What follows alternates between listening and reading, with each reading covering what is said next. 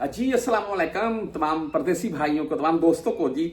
अच्छा जी, अगर आप यहाँ पर मौजूद हैं वर्क वीज़ा के तौर पर, ज़्यादातर मेरे भाई वर्क वीज़ा पर ही मौजूद हैं। बहुत कम आते हैं जी पाकिस्तान से उम्रा विजिट और या मल्टीपल वीज़ा के तौर पर। वैसे मैं बहुत से भाई राब्ते में आते हैं जी मल्टीपल वीज़ा के तौर पर। और एक खातून मदीना अल मुनव्वरा से वो मुझसे राब्ते में थी और मुझे बोल रही थी कि मेरा मल्टीपल वीज़ा निकला है घर के तौर पर, अभी मैं उस घर में काम नहीं कर रही हूँ, तो क्या वो मेरा हरूब दे सकते हैं।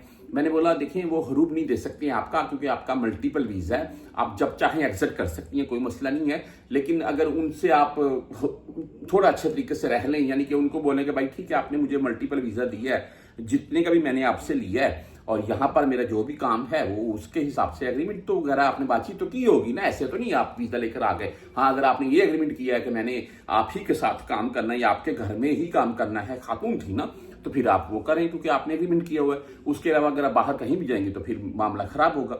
अच्छा बहरहाल जी, मल्टीपल वीज़े के मतलब बता दूं, पाकिस्तान से ओपन हो रखे हैं। मैं एक अलग वीडियो बनाकर शेयर कर दूंगा मुकम्मल तफसील के साथ। है आज की न्यूज़ आ रही है जी, ये खबर जो आपके साथ शेयर करने लगा हूं मैं, ये यहाँ पर ज़्यादातर मेरे वो भाई जो वर्क वीज़ा के तौर पर मौजूद होते हैं, जैसे कि छोटा महना साइखा साबल मंजरी ले लें, फर्दी मुसस्से के भाई ले लें, या किसी कंपनी मुसस्से के अराउंड में आप काम कर रहे हैं। ज़्यादातर हमारा इस वीडियो में टारगेट हमारा नहीं, ये वजारत दाखिले का टारगेट ये न्यूज़ देने का होता ही ये जो कंपनी मुसस्से कफील के अंडर में काम करते हैं उनके लिए, या बदून कफील बाहर काम किए जा रहे हैं। बदून कफील सिंपल वो ही नहीं होते हैं जो साइखास आंबर मंजली के तौर पर आ गए, कफील से सालाना बातचीत कर ली और बाहर काम किया, वो तो सरासर इलीगल होगा ना। आपको पता है जब भी शुक्ता उनको पकड़ेगा तो वो बोलेगा आप तो साइखास है, यहाँ पर दिहाड़ी क्यों लगा रहे हैं या ये फला काम क्यों कर रहे हैं। अच्छा, इसके अलावा बदून कफील के जुमरे में वो भी आते हैं जो मिसाल के तौर पर किसी कंपनी मुसस्से में थे और भाग गए। वो कंपनी मुसस्सा क्या बात है जी, कंपनी मुसस्सा टाइम से सैलरी नहीं दे रहा है, काम नहीं लगा रहा है, आपकी छुट्टी नहीं लगा रहा है, आपको यखरूज नहीं भेज रहा है, तो भाई हम उससे उसको छोड़ दिए भाग गए बाहर काम की, तो भाई आप जब पकड़े जाएंगे आप भी बदून कफील के जुमरे में आएंगे। ऐसे बंदों के मतलब मैं मुख्तलिफ वीडियोस में जिक्र करता रहता हूं। यानी कि अगर किसी का यहाँ पर इकामा एक्सपायर है, हरूब है, बदून कफील वाला मामला है, वो भाई या तो एग्जिट चला जाए, एग्जिट भी ऐसा हो, कोशिश करेंगे आप जाकर न्यू वीज़ा से आ जाए, या भाई यहाँ पर वो कहीं नकल कफाला करवा ले। और नकल कफाले के मतलब तफसीलात ये होती हैं कि भाई आप लीगल हो जाए, मेरा ये मशवरा होता है। लेकिन उसके लिए आपको लाजिम है कि आप अपना जो भी स्टेटस है वो जरूर चेक करवाएं। आप खुद जाकर मकतब अमल से करवा सकते हैं, महकमा तंजीम से करवा सकते हैं कि भाई आपके ये मामला हो सकते हैं, यहाँ पर खर्चा कितना आ जाएगा, और अगर मैं एग्जिट जाऊं तो क्या दोबारा न्यू वीज़ा से दोबारा इंटर हो सकूंगा या नहीं, क्या मामला है। किसी भी एजेंट वगैरह से ऐसे बातचीत करके या किसी मकतब वगैरह वाले से ऐसे बातचीत करके उसके ऊपर खुश मत होइएगा। क्यों भाई, मुंह की बातें अलग होती हैं, जो जवाज़त में आपका रिकॉर्ड होता है वो अलग होता है। ये बात मेरी पल्ले बांध लीजिएगा। बहुत कम शाज़ो नजर ऐसे होता है कि मैंने आपको एक बात बता दी और जवाज़त में भी सेम वही निकलेगी, ठीक है। अच्छा, बात करने का आपके साथ ये जो मैं आपको दो चार बातें ये बता रहा था, उसकी वजह ये थी कि देखिए आपने जब भी कोई ऐसे मामला अपने करवाने हैं तो अपना जवाज़त का स्टेटस जरूर चेक करवाइएगा।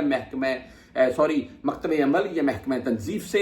व्हाट्सअप नंबर मेरा साथ में चलता जाएगा, आपने मजीद इसके मतलब कुछ पूछना हो मुझसे रब्ता कर सकते हैं। हाँ, पाकिस्तान से जो न्यू वीज़ा के तौर पर आना चाह रहे हैं, पहले सऊदी में रहकर जा चुके हैं, वो भी भाई अपना स्टेटस जरूर चेक करवाएं, उसके बाद वीज़ा लें, चाहे किसी भी चीज़ का, यानी कि उम्र का, विजिट का या वर्क वीज़ा हो, उसके बगैर सफर मत करें। ये खबर मैं ये बात आपको बता रहा था जो यहाँ पर लीगल हो जाएं या स्टेटस जरूर चेक करवाएं, ये इस खबर से ही रिलेटेड मैं बात कर रहा था। क्यों, ये आपको साथ में मैं तफसील चलाकर दिखा रहा हूँ। इसमें है क्या भाई, इसमें टोटल फिगर की अगर बात करें, यानी कि ये पिछले 7 दिनों की, एक वीक की रिपोर्ट आती है। एक वीक में कितने गैर मुल्की गिरफ्तार हुए, 13,532 अफराद पकड़े जाते हैं, एक वीक की रिपोर्ट है। इनमें जो सरफरिस्त तौर पर आते हैं वो जी मुखालफा निज़ाम अल इकामा, और उनकी तादाद भाई आपके सामने है 7,903।